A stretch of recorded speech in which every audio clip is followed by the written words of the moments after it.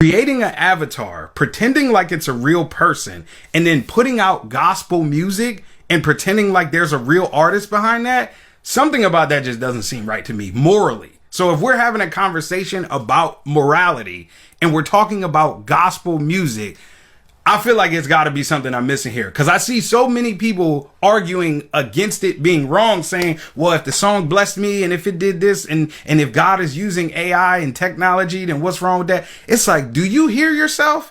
Because if God is going to use this, he's not going to do it in a way that directly goes against his word. Let me clear this up for you. In order for you to use some of these tools, you have to literally steal from other artists. So I think Suno and Udio are in active lawsuits because the way that they produce these AI songs is by stealing from pre-existing songs and creating a new one based off of these other works that they did not have permission to take. Hi, I'm Pastor Sam, and there's been a lot of talk about gospel artists being replaced by artificial intelligence artist avatars. I feel that it's important for me to speak to this issue. I hear the moral concern being raised, but the argument being made collapses under its own weight, both factually and biblically. First, let's be honest about the legal claim.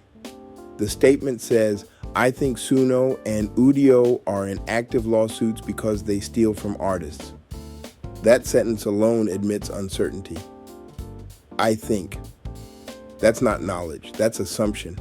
And morality cannot be built on rumors, guesses, or outdated talking points. Yes, companies like Suno and Udio have faced legal scrutiny, just like every disruptive technology in history. The printing press did, radio did, sampling did, streaming did, photography did, even the internet itself did. And when lawsuits arise, they are resolved through licensing, settlements, regulation, and clarification, not by pretending the technology itself is evil.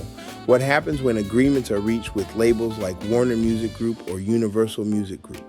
Does the moral argument simply evaporate overnight? If morality depends on the current status of a lawsuit, then it was never morality to begin with. It was fear dressed up as righteousness. Second, the biblical issue is being misframed. Scripture does not teach that new tools are immoral simply because they are new. God explicitly celebrates invention. He gives skill to invent all kinds of artistic designs. Exodus 31, 3-5, paraphrase. God gave mankind the ability to discover, build, improve, and extend capability.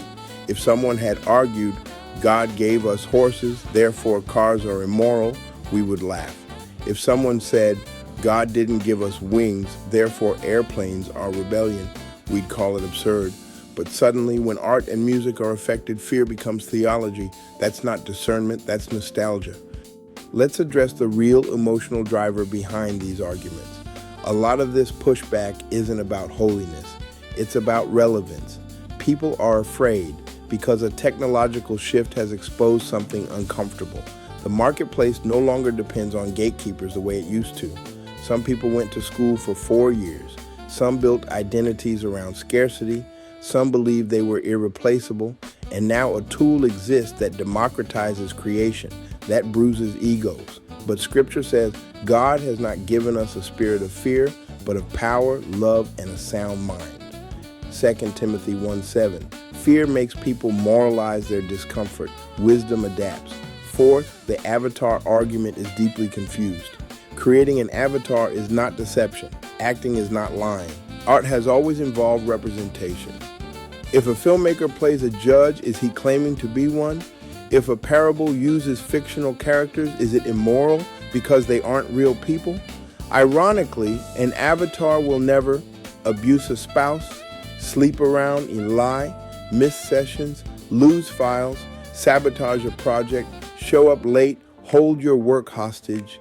Yet somehow that is the moral problem. What's really happening is this. Some people don't fear AI because it lies. They fear it because it doesn't need them anymore. That's not a moral objection. That's displacement anxiety. Fifth, as a believer, I don't outsource my conscience to technology, But I also don't demonize tools God has allowed humanity to develop. I'm a pastor, I'm an apologist, I'm a songwriter, I use tools. I've watched technology come into existence. Some of the loudest critics today have never lived without it. I have. And artificial intelligence didn't just show up. It evolved from decades of digital infrastructure we all already use. If someone gets angry because I use AI to help answer a question or clarify truth, that's not a theological objection, that's insecurity. You don't like AI? Fine, pray about it. Don't use it, but don't pretend your discomfort is God's conviction. Technology isn't going away. The question is not, can we stop it? The question is, will we steward it with wisdom or surrender it out of fear? Because history is clear. When believers refuse tools, someone else always picks them up, and that's the real danger. I'm Pastor Sam, and thanks for listening. Hi, this is Pastor Sam. Join me on GospelGiantMusic.com. It's the 7th Great Gospel Music Experience. I think you'll enjoy it. There's a 14-day free trial. Check it out. Like, share, and enjoy.